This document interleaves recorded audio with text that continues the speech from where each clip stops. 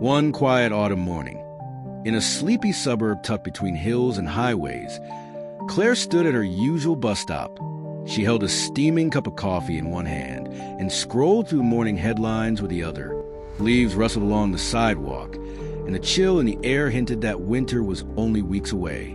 Cars rumbled past, people murmuring the phones, and everything felt familiar, routine, comfortably forgettable, until it wasn't. A rustling in the bushes behind the bench made her pause. At first, she thought it was a dog. Then she saw the black shape, low, broad, slow-moving. A wild black bear stepped out from the shrubs. Gasps burst from nearby commuters. Someone dropped their bag. Another person shouted, "Bear! Run!" Claire froze. Her breath caught in her throat. Her heart pounded like a drum. Stories of bear attacks, news segments of encounters gone wrong. Everything flashed through her mind. But then the bear looked at her. Its eyes weren't wild. They were tired, curious, soft. It didn't charge. It didn't growl. It took a single step forward, then another, and then it paused as if unsure. The bear turned its head slightly and looked directly into Claire's eyes. She should have run. Every instinct told her to turn and bolt, but she didn't. There was something in the way the bear stood, its sagging shoulders, the quiet desperation in its eyes, that made Claire take a step forward. "Claire, are you out of your mind?" a man behind her shouted. "Get away from it." The bear huffed gently and turned away from the road, walking back toward the trees.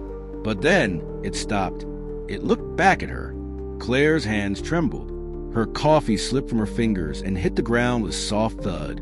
And then she did something no one expected. She followed it before she stepped off the sidewalk and into the woods.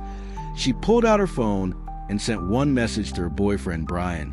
"Following a bear into the forest. Something's wrong. Share my location." She didn't wait for a reply. She pocketed the phone and walked into the unknown. The world changed almost instantly. The hum of traffic disappeared. Concrete gave way to earth. The filtered sunlight through the trees bathed the path in soft gold. The bear moved slowly but deliberately, occasionally glancing back to make sure Claire was still following. Strangely, Claire wasn't afraid anymore. Her heart had slowed. She felt a sense of purpose she hadn't felt in years. They walked for nearly 20 minutes. Deeper into the forest, signs of human presence became rare. But then they appeared: an empty water bottle, a crushed granola bar wrapper, a discarded jacket, and then a campsite. The tent was torn, supplies scattered. A fire pit still smoldered. The bear sniffed the air, growled low, and nudged a nearby journal with its paw. Claire approached carefully. She picked up the notebook. On the first page, scribbled handwriting read, "Spotted white cub yesterday. Planned to trap tonight. Worth a fortune. Rare fur." Her stomach twisted. This wasn't just a wild bear. This was a mother, and someone was trying to steal her child. Claire looked into the bear's eyes again. This time, she understood. The bear had come for help. They moved fast. The forest blurred past them. Claire ran beside the bear, adrenaline replacing fear.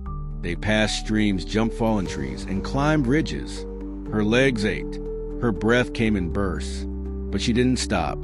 Finally, a sound, faint but heart-wrenching. A cub's cry. They pushed through a thicket and into a small clearing. There, caught in a metal trap, lay a white fur bear cub. Its leg was bleeding. It was whimpering, eyes wide with terror. Claire dropped to her knees beside it.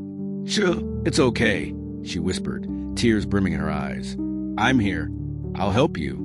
The mother bear stood protectively nearby, pacing. Claire examined the trap. It was brutal, illegal, but with trembling fingers, she found the release. Click! The metal snapped open.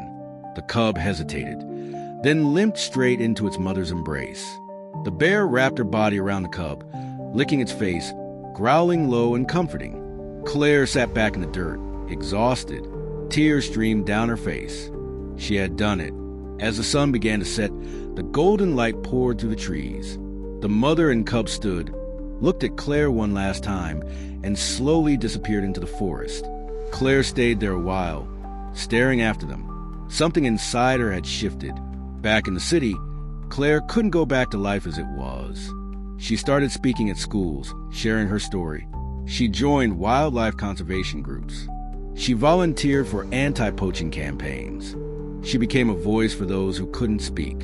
And every morning, when she walked past that bus stop, she smiled. Because once, when the wild came calling, she listened. And because of that, a family was whole again. And a life, her own, was forever changed.